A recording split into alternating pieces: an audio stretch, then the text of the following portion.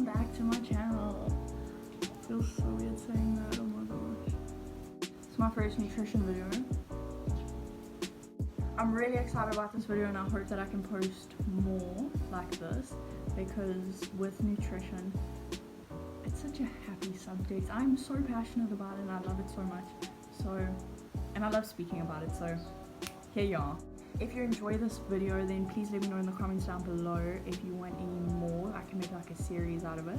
Also, if you haven't already done so, please can you subscribe to my channel? It really supports me. And also, I just wanted to say thank you so much. I was so freaking nervous to post my first YouTube video and I was really scared and everything, but the support that I got was insane. Like, thank you so much to everyone who put it on their Instagram stories and put on their WhatsApp stories and like told people about it and shared it on Facebook. You guys are the best. I really didn't expect that at all. Like, that made me so happy. So thank you a million times. If you haven't subscribed, please subscribe. So what's a YouTube video without a disclaimer?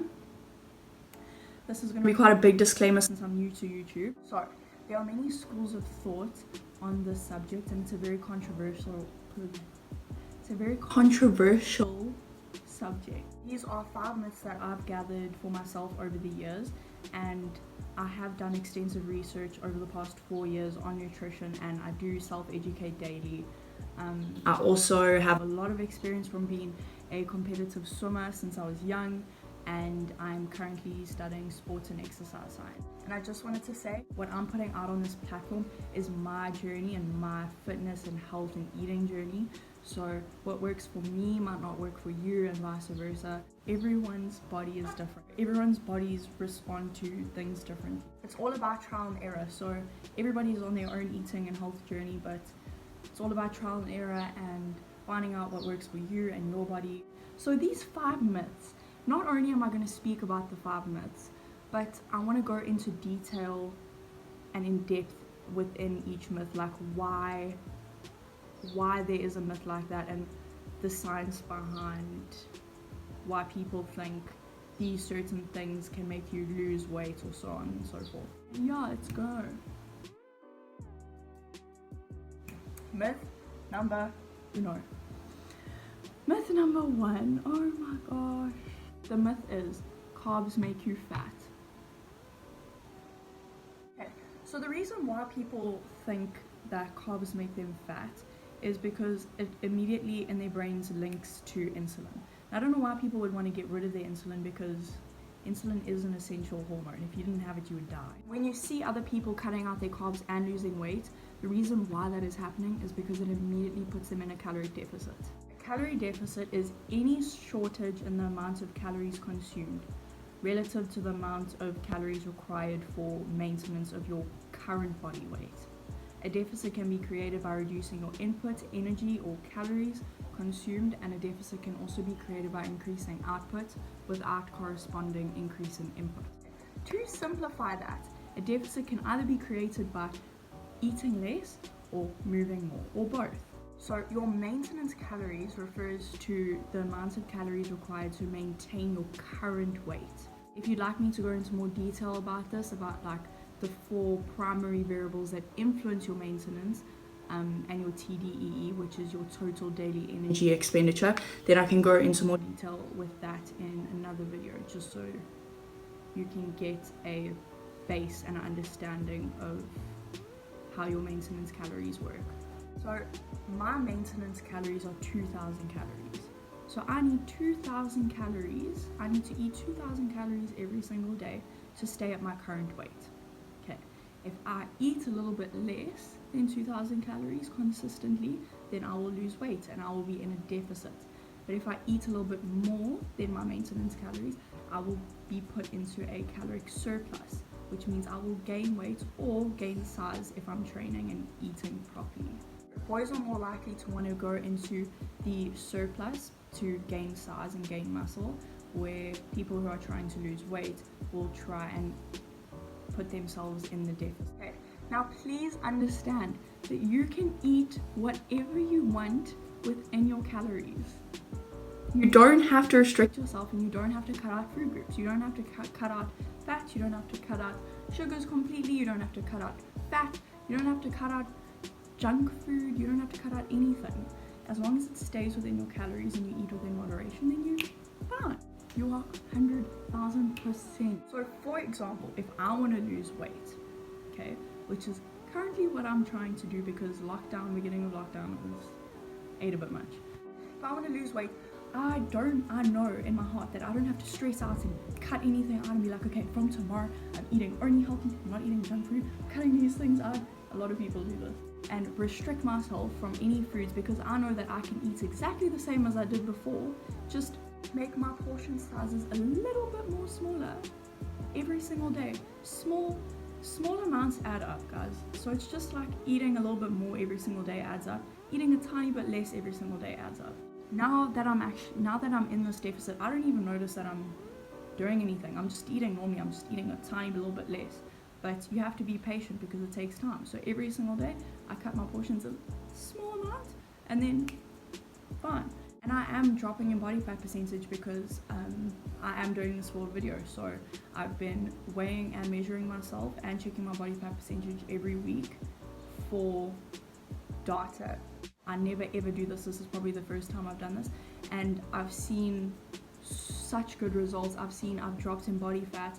I've increased my muscle mass. I've also gone down in measurements in the space of 3 weeks. So, and I have not drastically cut my calories at all.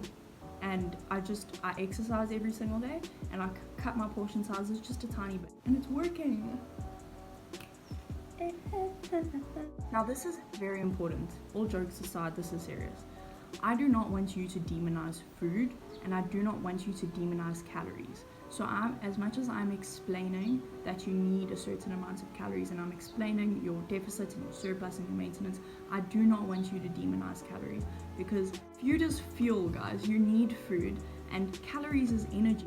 Calories is energy. That's why when you look on the back of any product, it says energy and then it says what it is in kilojoules. That is your energy, okay? Calories is energy. It is not the enemy. And energy, you shouldn't be scared of energy. Your energy intake is, your food gets you going through the day. So do not be scared of calories.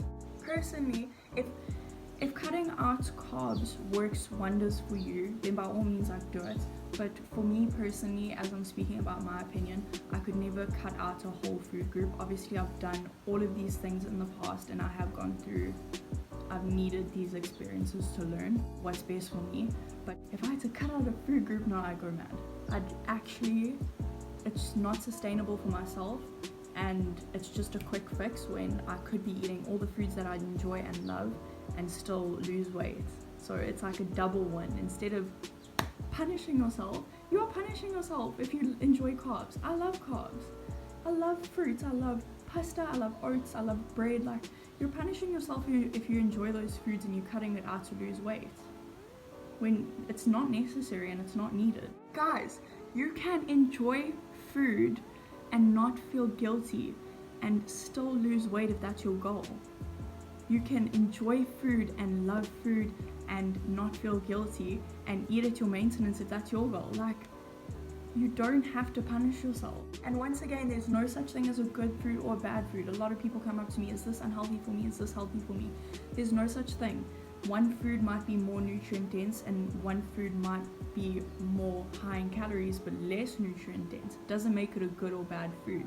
Eat everything in moderation. So it's not about the good or bad food, it's about the quantity of all the food that you eat in a day. I stick to the 80-20 rule, whereas 80% of my diet, I hate that word so much, 80% of my eating is whole foods, and I try and focus on having my 3 macronutrients in that meal, so my carbs, my proteins, and my fat.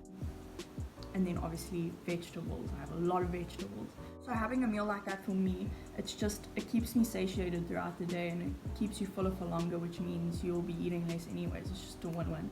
Your 20% is your pleasure foods. So the foods that I enjoy so much. Oh my gosh, donuts, Lindt Mint Intense, the dark chocolate, the Mint Intense, I love rusks, oh my gosh. So eating this way and allowing myself to enjoy these foods and not restricting myself. If you don't restrict yourself, then you don't go into the restrict and binge cycle. It's a continuous cycle and it's not a good one, trust me. Been there, done that. I could do a whole nother video on that, but allowing yourself to eat these foods, it just gives me personally a way better relationship with food. Plus, I'm still achieving my goals while eating everything that I enjoy. So to conclude for that myth, I went very, very, very in depth with that. To conclude with that myth, carbs do not make you fat. Sugar does not make you fat. Fat does not make you fat. Overeating for a long period of time causes weight gain. If you're moving every day and you're eating well to your satisfaction, you're not overeating every single day, then you're perfectly fine. You literally have nothing to worry about. Like, you're good. You are good. Next myth. Number 2, this is going to be a quick one because I don't have much to say about it. It's like so straightforward. Sorry, I'm just going to be brutally honest. Detoxes and cleanses. Detoxes and cleanses, I'm sorry to say, but it does absolutely nothing for you.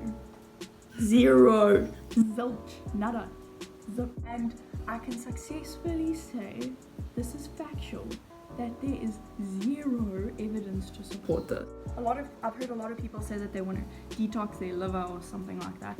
If your body does that for you, and if you have a genuine problem with your liver, then like, go to your doctor. Don't go to, don't buy products and detoxes and cleansers and stuff from influencers that are getting paid who knows how much money on an Instagram post, when I can guarantee you that that influencer isn't even using the product, they're just selling it. Personally, my opinion, I think it is a scam and a waste of money. Your body has everything that it needs to keep your body clean. Like, your body was made for this, guys. Please don't punish your body to lose weight quickly. It's not healthy. And I feel like I'm specifically speaking to girls. You are more than losing weight, and your happiness does not lie at the end of you reaching your body goal. You're worth more than that. Myth number 3 is eating small, frequent meals a day boosts your metabolism. So eating 6 meals a day boosts your metabolism. Okay, this is also a quick one. It does not matter how many meals you eat in a day. And it all goes back to your total daily energy intake. So how much you consume within a day. It doesn't matter if you have 6 small meals or if you have 3 large meals, as long as it adds up to the same amount of calories that you eating each day. You probably have a good idea about how much you are eating every day, and if that amount satisfies you. It doesn't matter. It really doesn't matter how many times you eat a day at all. It does not matter. Just, that's all I'm going to give to you. I'm not going to go into depth with this point. Myth number 4. Myth number 4 is kind of like the one before, but eating past 6 p.m. makes you gain weight. Okay, and now this is specifically normally targeted at carbs, so eating carbs after 6 will make you gain weight or will immediately be stored as fat. Myth. Body doesn't know what the time is. So if I eat a pizza at 7:59, then it's chilled. But if I eat a pizza at 8:01, then it's boom, fat. Like, guys, how does that make logical sense in your brain? It doesn't matter what time you eat or when you eat. It's all about your total energy. So how much you consume in a day. But obviously, everyone has different times that they like to eat and different amounts of food that they like to eat, which keeps them sustainable for the day. Some people prefer to skip breakfast and eat lunch and dinner. Other people prefer having a lot of meals, so 6 small meals within the day. All, once again, what works well for you. But it does not matter. You do you. And myth number 5, the last myth, is a lot of people think that because a product says gluten-free or organic on it, it means that it's healthy. The products that have this on it, it's made to make you think that it's healthier for you. It's completely manipulating. This product that you think is healthier than another product. So for example, there's 2 products. Here's your healthy, gluten-free, organic product, and here's your non-healthy product. Your gluten-free product could have so much more sugar or calories than the other non-healthy product, but you don't know that. You're just looking at the labels and you're thinking, oh, it must be healthier for you. You should consume this product if, number one, you are gluten intolerant, and number two, you actually enjoy the product. And eat it in moderation, obviously. But don't just buy it for the sake of you thinking that it's healthier for you. Now, I just want to speak about calories very quickly, because I don't want you to think that you need to be tracking your calories every single day. So tracking calories can either be a very good thing or it can be a very destructive thing. Why I say destructive is people, including myself in the past, have become very obsessive with counting my calories and overthinking my eating because of tracking my calories. It can be very destructive and very unhealthy for your relationship with food. But for me personally, in my opinion, if I fall off the bandwagon and I've been not eating so good and I can feel I've picked up a little bit of weight, it's not a big problem. If I want to drop my body fat percentage a little bit, then I do go onto a tracking app called MyFitnessPal, and I will track my calories that I'm consuming every day for about a week or week and a half, only to get an idea about how much I should be eating within each day. I still eat everything that I ate before, literally everything. All my patient foods, I still eat everything. I just track it in and get a rough idea about the quantity and portion sizes that I should be having in order to stay in a deficit and lose a little bit of weight. But after that week or so, I delete that thing, because if you keep it on longer, best believe I will get obsessive and it will become destructive. Been there, done that. But if you initially do track it and you use it as a tool and you don't base your whole life around it and you just use it as a tool at the beginning, you'd actually be surprised at how much you can fit in. Like right now, I think I'm eating roughly around 1,600 calories because I'm not obviously exercising as much in lockdown. And when I track my foods and I'm like, whoa, like you'd be surprised about how much you can eat. Like, so it can help, but it can also be very destructive, so you have to be very careful. Personally, for me, it does help at the beginning. So to conclude, I wanted this video to be more than just 5 random facts. I wanted to go into depth and detail. Also, I want to give you a sense of freedom when it comes to food. I don't want you to feel anxious about food. When you're happy and you're eating the foods that you enjoy in moderation and you are exercising and you are not trying every diet under the sun, it's so easy to achieve your goals. When you are restrictive and stressed about eating, then it becomes almost impossible to reach your goals. Trust me, I know. And I just need to add, I've had some traumatic eating struggles within the past. I'm sure about 98% of girls in particular, but boys too. And as I gain confidence, I'd love to speak about those things in another video, because I am still learning every single day and I'm still learning about my body and everything, and I want you to be able to relate to me and my journey of eating. So, to wrap this video up, the points I would like to clarify is, number 1, do not track quick fixes. Number 2, be patient with your journey and be patient with your body. Number 3, the more you love yourself, the easier it is to reach your goal. Number 4, food is not the enemy. Food is your friend. And number 5 is, guys, be kinder to yourself. Be kinder to yourself. You are worth so much more than the number on the scale. And that is my first nutrition video done. I enjoyed speaking about that a lot. I do get a little bit scared speaking about stuff like this, but everything that I said, once again, is purely my opinion. If you enjoyed the video and you want another one with maybe some more myths, or you want me to go into detail with other topics, please let me know in the comments down below. If you liked the video, please like the video. If you didn't like the video, please like the video. If you haven't subscribed yet, please subscribe. Thank you so much for the support so far. I love you guys with all my heart and soul. Peace out. Why always peace out?